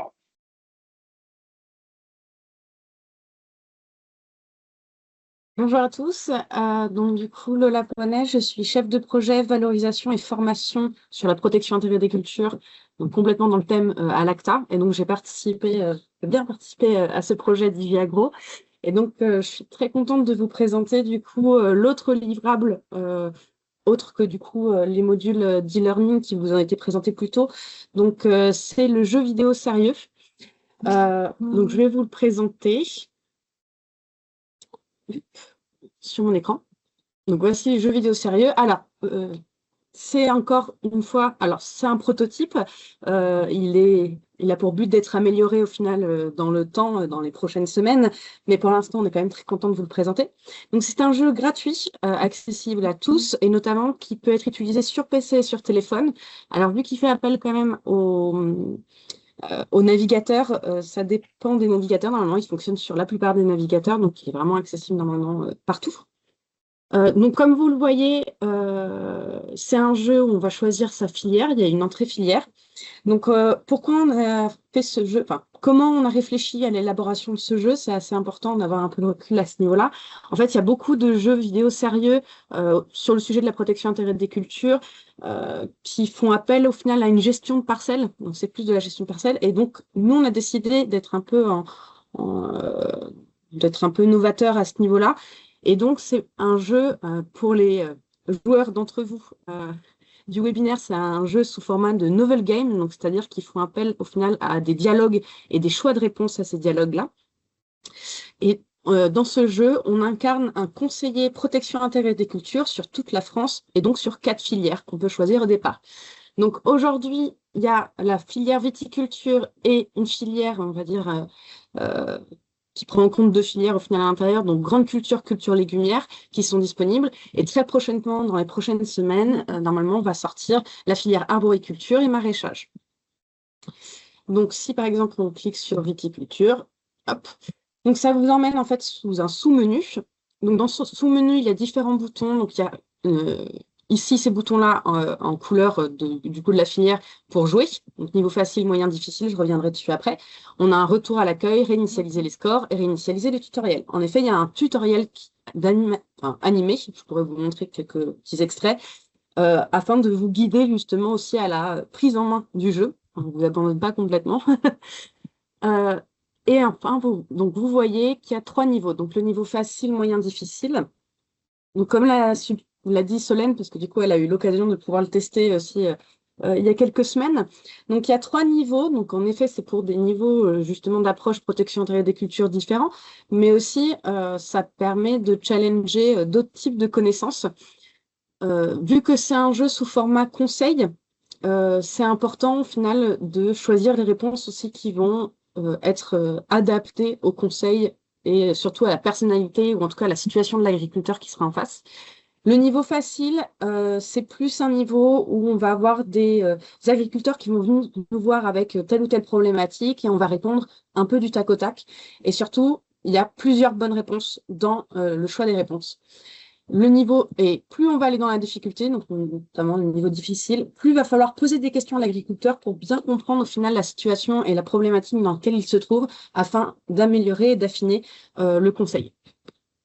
Donc, si par exemple, on va au niveau facile, alors, il y a aussi du son et il y a de la musique dans le jeu, c'est juste que je voulais couper parce que sinon, ça aurait été un peu compliqué pour discuter avec vous. Donc là, on voit qu'on se retrouve du coup sur une carte de France. Donc là, on a ces 3 viticulteurs du coup qui ont des problématiques et qui veulent venir nous parler. Et notamment, chaque niveau se découpe en 3 années. Donc, on va suivre en fait les viticulteurs, là en l'occurrence, mais aussi les agriculteurs du coup, tous les producteurs sur 3 années à chaque fois par niveau. Pour information, s'il y a des formateurs entre vous, juste par pure information, faire l'entièreté d'un niveau, c'est environ 30 minutes. Ça prend environ 30 minutes en prenant bien le temps de lire les questions, de comprendre, voire même d'aller chercher des ressources pour y répondre. Donc, par exemple, si on clique sur ce viticulteur, donc on a les informations ici, donc on a son nom, prénom, on voit dans quelle filière il est, donc là on est en viticulture, s'il est en bio ou non bio, la région et notamment son niveau de satisfaction. En effet, dans ce jeu, il y a différents indicateurs, mais les points à la fin qu'on aura, c'est dépendant du niveau de satisfaction de l'agriculteur. Là, pour l'instant, il est content. Si on le fait se rencontrer, on arrive du coup sur sa page à lui, avec du coup voilà, le site où il est et donc l'agriculteur en question. On a 4 indicateurs qui peuvent nous aider au final à nuancer nos conseils et nos réponses à donner lors du dialogue, notamment l'indicateur du coût trésorerie. Donc, bien sûr, ça représente l'argent, mais ça représente également le temps de travail qu'il faudra allouer en fait, pour tel ou tel conseil. Le rendement, le niveau de toxicité, donc ça comprend toxicité humaine, mais aussi écotox. Et enfin, la pression des bioagresseurs. Donc, typiquement, ce monsieur vient nous voir pour nous dire qu'il est empêtré dans un problème d'érigéron. Donc, on est vraiment sur le volet Adventis. Donc, il y a tout le dialogue qui se poursuit. Qu'est-ce que vous en pensez? Alors, il y a certains dialogues aussi. Donc, du coup, on a essayé de faire en sorte aussi que les dialogues fassent appel à des connaissances différentes. Donc, il y a certains dialogues qui vont faire appel à des connaissances plutôt de reconnaissance de problématiques. Il y en a certaines plutôt sur la réglementation, par exemple. D'autres sur la combinaison de méthodes à mettre en place. C'est-à-dire qu'on peut très bien conseiller une méthode qui est plutôt positive et après, à la suite du dialogue, se planter parce qu'au final, on n'a pas combiné les bonnes méthodes entre elles. Donc, on a essayé de faire appel vraiment à l'ensemble des connaissances qu'il faut avoir, ou mieux avoir pour reconnaître et accompagner les agriculteurs face à leurs problématiques. Donc, par exemple, si là, on fait demander plus de précision, le dialogue se poursuit. Donc là, il nous explique quand est-ce qu'elle apparaît, à quel moment ça pose problème et surtout sur quel levier, donc plutôt sur la mécanisation, finalement, ça lui pose des soucis. Et surtout, il se retrouve avec des déviations aromatiques sur son raisin opiné. Donc là, on peut lui conseiller donc soit d'utiliser un herbicide, soit de l'acide pélargonique, conseiller de travailler le sol, conseiller de mettre en place un armement sur interrant. On va lui conseiller ça, on va lui conseiller le premier. Donc là, au final, ce n'était pas forcément la meilleure des solutions. Donc, en gros, ici, on a perdu de l'argent parce que du coup, on a dû acheter un produit. On a gagné quand même du rendement parce qu'au final, on protège quand même nos cultures en choisissant ça. On augmente bien sûr la toxicité, mais on diminue aussi la pression du agresseur. Ça nous fait une réponse, on va dire, négative. Toutes les réponses qui sont négatives ici diminueront la satisfaction de l'agriculteur. Toutes les réponses qui sont positives l'augmenteront. Donc ici, on voit qu'il est grisé, donc ça veut dire que l'agriculteur on a répondu à son problème et on peut avoir le résumé du coup aussi de ce qu'on lui a conseillé. Donc là, la question c'était comment lutter efficacement contre les irrigérons. Vous avez conseillé de réaliser un traitement herbicide sur le rang. Voilà. Donc il y avait des réponses qui étaient peut-être meilleures à donner vis-à-vis de ça. Donc ça, c'est chaque année. Une fois que j'ai répondu en fait aux 3 agriculteurs, ça passe à l'année d'après. Je vais juste faire celui-là pour vous montrer que les sujets sont assez différents. Donc là, typiquement, par exemple, il a des inquiétudes liées au scarabée japonais, en sachant qu'il est en Auvergne-Rhône-Alpes. Voilà. Donc là, on peut rassurer et conseiller d'attendre, par exemple. Hop, ça peut être très rapide. Hop là.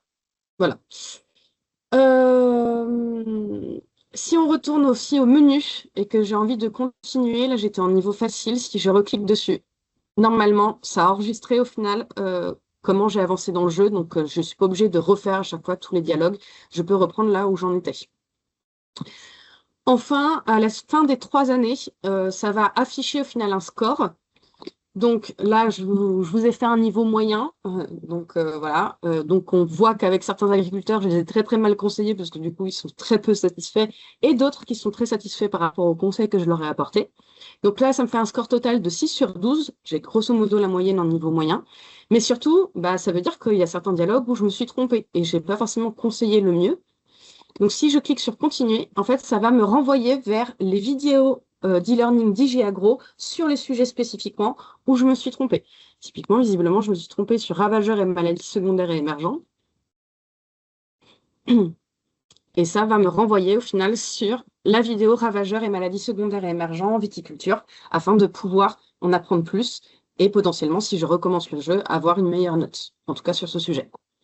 Voilà. Retour au menu.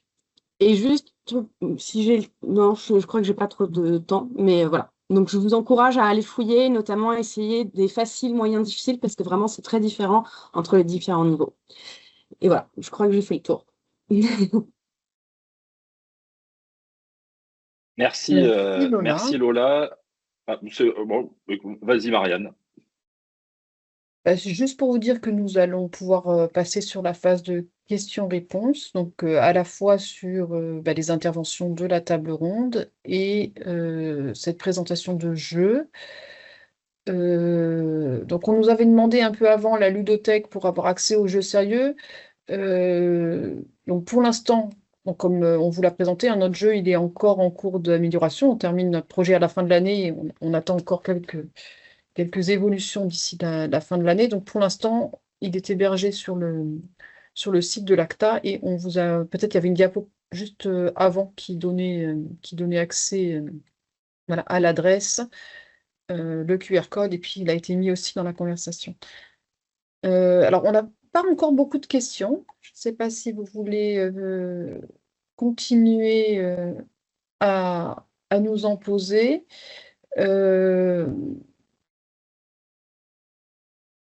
Parce que là, pour l'instant, en fait, je vois plutôt des questions, mais qui sont pas directement liées au jeu, mais plutôt à l'exemple que Lola a montré, où on avait une problématique adventice.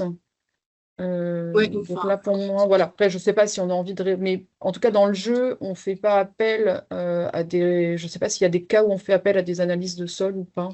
alors, pareil, je laisserai aussi parce que du coup, on a été 3 du projet Plusieurs DigiAgro, rédacteurs, enfin hein. 3-4 à rédiger du coup l'entièreté des dialogues. Donc, en gros, on était en petit comité, donc on a chacun pris aussi des sujets un peu différents. Alors, il faut savoir qu'on a essayé de faire en sorte de vraiment couvrir au maximum du coup les sujets qui sont eux-mêmes abordés dans le e-learning du coup DigiAgro. Mais oui, il y a des moments où, en tout cas, ils viendront où on peut leur poser des questions. Dans mon souvenir, je crois qu'il y a 1 ou 2 dialogues où on doit leur poser des questions un peu plus pour justement connaître l'état de leur sol et le profil de leur sol. Donc, il y a aussi des moments où on a le choix de conseils pour justement initier l'agriculteur à aller faire des analyses, par exemple des analyses de sol ou autre. Voilà. Donc, on a essayé de prendre en compte, voilà. Là, je vous ai montré vraiment des niveaux faciles, où c'est vraiment, comme je l'expliquais, du tac au tac, où j'ai telle problématique, hop, on peut conseiller. Je vous encourage vivement à aller tester les niveaux difficiles, parce que clairement, ça encourage à poser plus de questions et aller plus loin dans l'analyse de problématiques. Alors, donc sinon, voilà, peut-être, est-ce que donc Audrey, tu nous poses une question aussi, mais pour peut-être mettre l'accent sur un peu des retours d'expérience sur comment utiliser ce jeu dans une formation, comment est-ce qu'on fait pour l'intégrer dans un scénario pédagogique. Et ça, c'est peut-être vrai, à la fois pour notre jeu à nous, mais peut-être même un peu plus largement, peut-être que Solène aussi, tu aurais un retour là-dessus sur voilà, comment on s'y prend quand on a envie d'utiliser un jeu en formation et comment on intègre ça dans des scénarios pédagogiques. Bah, je peux peut-être répondre un tout petit Commencer, peu puis au après passer début la parole à par Solène. rapport au jeu DigiAgro et après élargir peut-être à d'autres jeux ou d'autres formats. Exactement. Je sais que ce jeu, alors on peut l'utiliser en autonomie pour réviser de notre côté, etc. Enfin, il y a un côté très ludique, donc ça c'est plutôt cool. Mais par contre, j'encourage quand même vivement à introduire au final ce jeu, notamment. Alors là, le public cible pour le jeu DigiAgro est plus quand même tourné vers les étudiants. Après, il y a aussi des publics adultes et plutôt professionnels qui s'amusent aussi à y jouer. Mais que ce soit quand même dans un premier temps accompagné par un formateur afin qu'on puisse poser par exemple nos questions, comprendre pourquoi là c'est une réponse plutôt positive ou plutôt négative. Donc d'être accompagné, c'est pour ça que je vous ai donné un peu le temps d'indication de temps en fait. C'est 30 minutes environ par niveau. Donc l'ensemble des niveaux pour une filière, ça fait environ du coup 1 heure et demie. Ça peut être le temps d'un TD, par exemple, où les étudiants, du coup, sont sur PC ou sur téléphone à jouer et à pouvoir poser des questions en fait, au formateur ou à l'enseignant qui est à côté. Donc voilà, ça peut être voilà, un début de réponse. Et moi, pour compléter, donc nous, dans le cadre du projet Vitarbay, donc il y a notre collègue Christelle Renaud-Gentier qui travaille à l'ESA d'Angers et qui, elle, va proposer dans le cadre du projet des séquences pédagogiques à destination d'étudiants lycéens avec des modules déjà créés et qui peuvent être repris pour les filières Arbo ou Viti. Et nous, sur le volet plutôt création du parcours d'accompagnement, l'idée, c'est de créer une boîte à outils qui référencie les différents outils qui vont être répartis par typologie, donc outils d'évaluation multicritères, de sérieux, plateforme de connaissances. Et l'idée, c'est que voilà, si un formateur, par exemple, souhaite utiliser un jeu sérieux, il rentre dans la boîte à outils et dans la typologie jeu sérieux. Et ensuite, il a accès à une multitude de fiches outils qui va permettre Sur le recto, avoir toutes les informations nécessaires sur l'usage de ce jeu sérieux, donc à qui il est destiné, qu'est-ce qu'on retrouve dedans, quel est l'objectif global, comment se l'emparer, combien de temps ça dure. Enfin, voilà, il y a vraiment toutes les informations nécessaires. Et au verso, on est en train de travailler sur la scénarisation d'usage de l'outil à travers un parcours d'accompagnement qui est modélisé.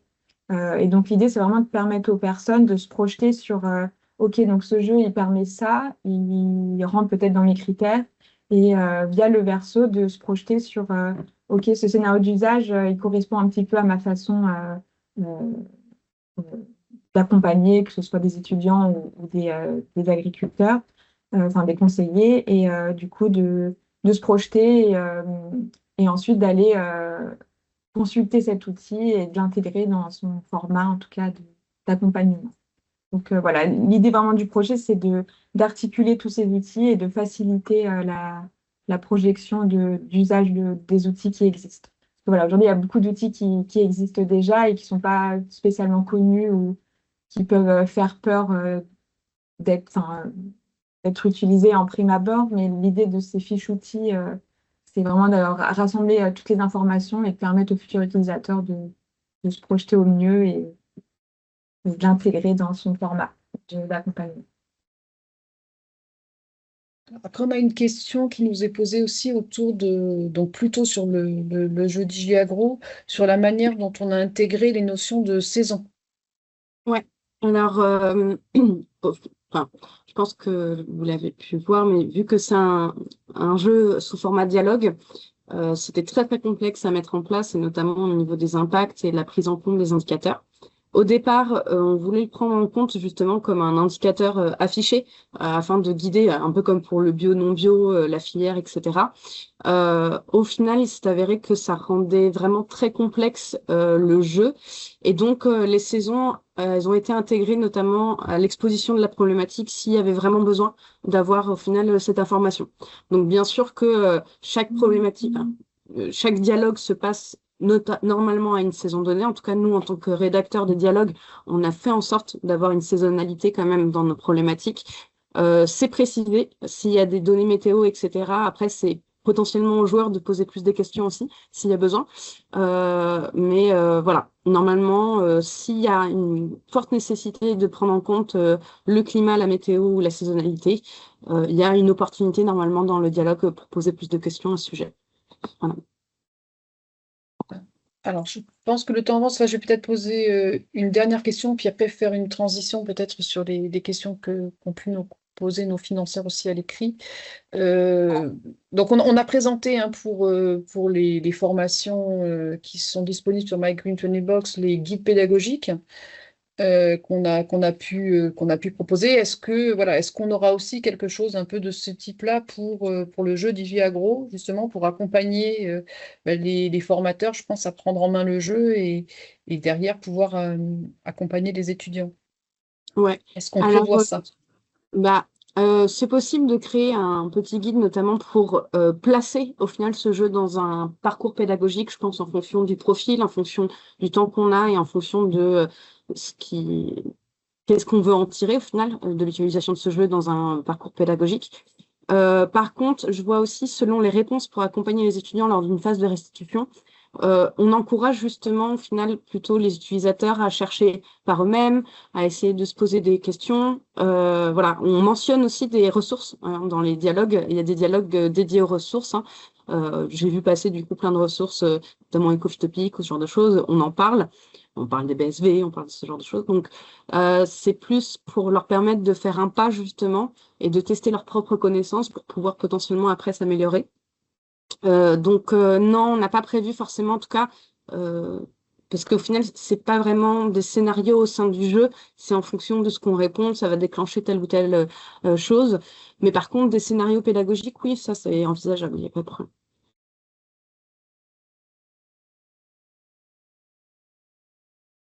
pour suivre l'avancée et l'impact du projet, on a différents indicateurs et chiffres clés que nous avons retenus. Donc notamment plus de 50 experts engagés dans le projet qui sont indépendants au projet et qui nous ont permis de relire et de retravailler l'aspect technique et scientifique des formations pour s'assurer de leur bonne qualité. En tout, donc, comme ça a été présenté précédemment, on a 50 formations, non, 25 formations, donc 5 formations pour les 5 filières différentes, et on estime à peu près à un peu plus de 2 heures entre le temps de visionnage et le temps d'assimilation des formations, ce qui représente environ 50 heures de formation créée. Comme présenté juste avant, donc en complément de ces formations, il y a le jeu sérieux DigiAgro qui a été développé. L'ensemble de ces contenus sont 100% éco-conçus. L'idée derrière tout ça, c'est de produire des vidéos synthétiques avec une création sobre et une qualité de vidéo adaptée.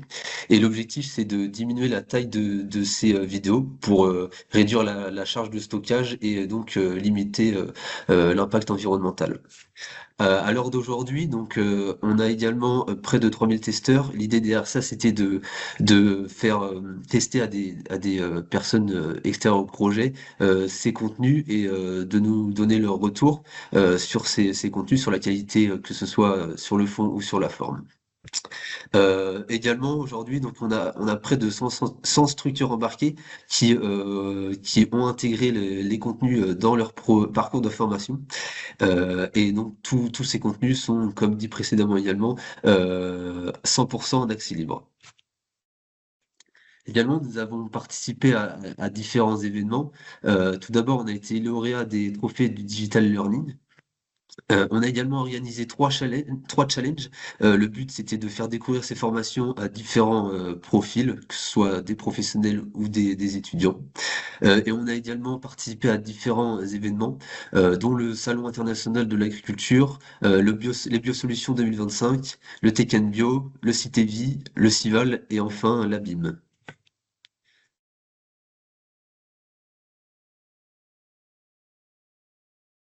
Oui, bonjour à tous et merci pour l'invitation à ce webinaire de fin de projet. Donc après toutes ces interventions autour de la thématique de la protection intégrée des cultures et du numérique, donc ce bilan des 3 années du projet DigiAgro, moi je vais vous reparler un peu de l'appel à projet des FINUM dont DigiAgro est lauréat. Moi, je suis Marie Verdeau, responsable de programme à la Banque des Territoires et je représente la Caisse des dépôts. Alors, je représente l'opérateur de l'appel à projet puisque les financeurs, c'est bien l'État et l'Union européenne qui finance. Donc, et donc, cet appel à projet des FINUM, il est copiloté par le ministère du Travail dont Nathalie Gouin est représentant aussi et participe à ce webinaire. Et le secrétariat général pour l'investissement dans le cadre du plan France 2030 et comme je l'ai dit aussi donc l'Union européenne dans le cadre de NextGen UE. Et donc moi je suis chargée du suivi du projet DigiAgro et donc c'est à ce titre que j'interviens aujourd'hui. Et pour cette intervention, c'est vrai que je voulais un peu replacer le projet dans le contexte plus large de DeFiNUM. Refaire très rapidement l'histoire de DeFiNUM. Donc, c'est un appel à projet qui a été lancé à la sortie de la crise du Covid-19, qui a démontré une certaine urgence à s'adapter et à accélérer la digitalisation et l'hybridation des formations. Et donc, c'est dans ce contexte que le ministère du Travail a lancé un grand plan de transformation et de digitalisation de la formation, avec pour objectif donc, de franchir un cap dans la transformation de la formation et de positionner la France comme un leader en matière d'innovation pédagogique. Et donc, cet appel à projet des films qui a été lancé pour accélérer, comme on l'a dit, la digitalisation de la formation professionnelle, s'appuyer sur les solutions numériques, immersives, interactives, et rendre les apprentissages plus accessibles, attractifs et efficaces. DeFiNUM, c'est une enveloppe de 100 millions d'euros qui soutient concrètement par des subventions d'investissement des projets ambitieux, donc dont le vôtre, qui sont portés par des consortiums d'acteurs de terrain, des organismes de formation, des réseaux, des EdTech, des universités, des branches professionnelles. Et très concrètement, aujourd'hui, DeFiNUM, c'est 45 projets lauréats qui couvre une dizaine de filières différentes, dont l'agriculture, la santé, l'industrie, le bâtiment, le numérique, les compétences transversales. On a une bonne diversité de projets avec des consortiums qui vont de 2 à 36 partenaires, des projets, des budgets qui vont de 500 000 euros à 8 millions d'euros. Et on a plus de 360 partenaires différents qui sont mobilisés sur ce programme. Et à terme, l'objectif, c'est de bénéficier à plusieurs dizaines de milliers d'organismes de formation et plusieurs centaines de milliers d'apprenants. Et donc, DG Agro, c'est bien dans cette dynamique que s'inscrit votre projet, enfin ce projet DG Agro, qui est essentiel aussi pour l'avenir de la formation agricole. Donc, comme vous l'avez rappelé, hein, il y a plusieurs défis majeurs auxquels il faut répondre, dont voilà, l'intégration du numérique dans la formation, accompagner bien entendu la transition agroécologique, moderniser la formation, soutenir les formateurs aussi dans la transformation de leur métier. Et DG Agro est bien positionné pour apporter une réponse à tous ces défis. Et ça va permettre de diffuser des contenus pédagogiques pour aller vers une agriculture aussi plus résiliente et plus durable. Et donc maintenant, c'est vrai que là, on est à un mois de la fin, on va dire, officielle du projet. Et donc, la suite, ça va être un déploiement, une appropriation plus large de tous ces outils, ces modules que vous avez créés, qui sont mis à disposition donc, sur la plateforme Green Training Box, et également de votre jeu sérieux que vous nous avez présenté, donc avec aussi toute cette diversité d'usages et d'applications dont vous nous avez fait part aujourd'hui. Et donc, c'est bien ce que vise Définum, hein, de créer les conditions d'une transformation durable, d'accompagner les apprenants, les formateurs et les professionnels de la formation. Et donc, je vous remercie pour le travail qui a été réalisé sur le projet, tous les membres du consortium aussi qui ont été impliqués. Et puis maintenant, les prochaines étapes, nous, du côté opérateur, ça va être d'accompagner cette fin de projet, entre guillemets, même si le projet va perdurer au-delà, hein, strictement de notre convention avec vous, mais de faire le bilan. Et puis, on reparlera aussi des perspectives post-projet, de la pérennité, voire peut-être des projets de continuité que vous allez mettre en œuvre sur DG Agro. Voilà, merci beaucoup à tous. L'idée, c'est vraiment pour nous d'avoir produit ces contenus et de les mettre à disposition dans la durée des acteurs agricoles. Donc, n'hésitez pas, maintenant c'est à vous de jouer, à créer votre compte sur My Green Training Box, à tester nos formations, à utiliser aussi le lien qu'on vous a fourni pour tester notre jeu sérieux et à nous laisser votre avis. Voilà, il me reste à vous remercier d'avoir participé à ce webinaire ce matin. On mettra le replay à disposition prochainement et n'hésitez pas non plus à nous contacter, soit au niveau des différents partenaires, soit l'ACTA en tant que chef de file, si vous voulez en savoir plus ou échanger avec nous sur la manière d'utiliser ces contenus. Merci beaucoup.